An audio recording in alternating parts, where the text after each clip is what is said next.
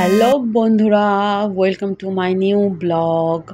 আশা করি তোমরা সবাই ভালো আছো, আমিও খুব ভালো আছি। তো আজকে নতুন ব্লগ স্টার্ট করছি। তোমার স্নান হয়ে গেছে, পুজো এখনও হয়নি, আমার ছেলেরও স্নান হয়ে গেছে, পুজো করবো একটু বাদে। তো তার আগে চলো আমি তোমাদেরকে ওয়েদারটা দেখাই। বাইরের ওয়েদারটা কিন্তু খুব মিষ্টি বন্ধুরা, খুব সুন্দর। আজকে কিন্তু রোদ্দুর ওঠেনি, ঠান্ডা ঠান্ডা হাওয়া দিচ্ছে। ঠিক আছে, দেখো বাইরের ওয়েদারটা দেখো, একটুও কিন্তু আকাশে রোদ নেই, পুরো ঠান্ডা ঠান্ডা হাওয়া দিচ্ছে। একটা লোক যাচ্ছে একটা কালো রঙের ড্রেস পরে। তো পুজো হওয়ার পর আমার ছেলে দেখো কি করেছে, প্রদীপ নিভিয়ে দিয়েছে, মুখে কালি চুলি মেখে দাঁড়িয়ে আছে। প্রদীপটা আমি জেলে নিলাম আগে থেকে। এই দেখো কি করেছে। আমি এবার খাবো একটু গরম জল। আমি খালি পেটে প্রত্যেক দিন কিন্তু গরম জল, উষ্ণ গরম জল, তার সাথে হানি অ্যান্ড লেমন দিয়ে খাই। ঠিক আছে, তো আমার খাওয়া হয়ে গেছে। আধা ঘন্টার পর আমি এবার একটু কফি খাবো।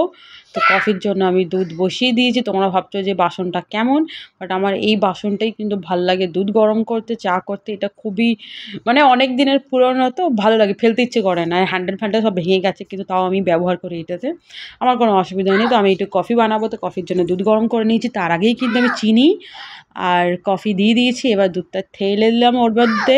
এবার কফি বানাবো। সকাল সকাল একটু কফি না খেলে হয় নাকি, কফি তো খেতেই হবে। তার আগের দিন আমি এনেছিলাম, আমার বর এনেছিল হচ্ছে ওয়াটারমেলন, যেটাকে তরমুজ বলে। তো সেটা আমি বাইরে রেখেছি বার করে, কারণ আমার ছেলে খাবে ওটা, ও খায়, ও খেতে খুব ভালোবাসে।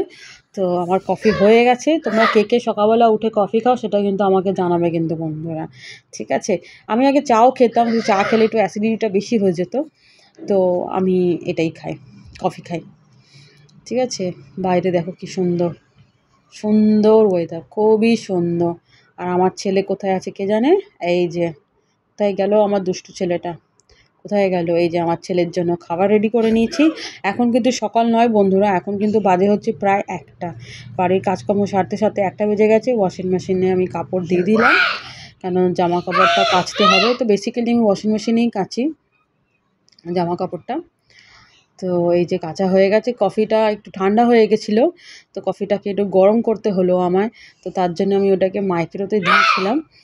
তো এতক্ষণে মাইক্রোতে আমার গরম হয়ে গেছে কফিটা, তো আমি বার করে নিলাম। তো চলো, তোমরা কেমন লাগলো ব্লগটা আমাকে জানিও। ভালো থেকো তোমরা সবাই।